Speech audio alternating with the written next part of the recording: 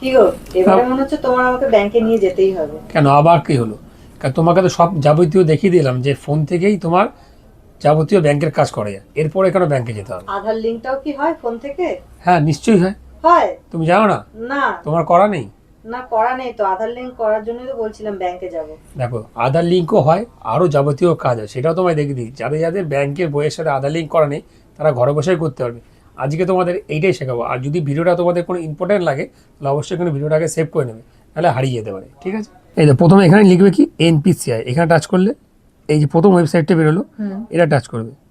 এবার তোমরা নিচের দিকে একটু স্ক্রল করবে আস্তে আস্তে।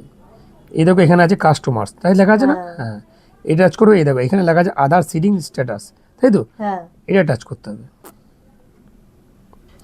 এটা যখন টাচ করবে একটা ওয়েবসাইট বেরোবে। এই দেখো এখানে লেখা আছে কি হোম, তারপর আধার সিডিং ডিজায়ারিং, তাই তো? এইটাই তোমরা টাচ করবে। এবার এইখানে তোমার মোবাইল নাম্বারটা মানে আধার নাম্বারটা দিয়ে দেবে, এখানে সিডিংটা লিখবে।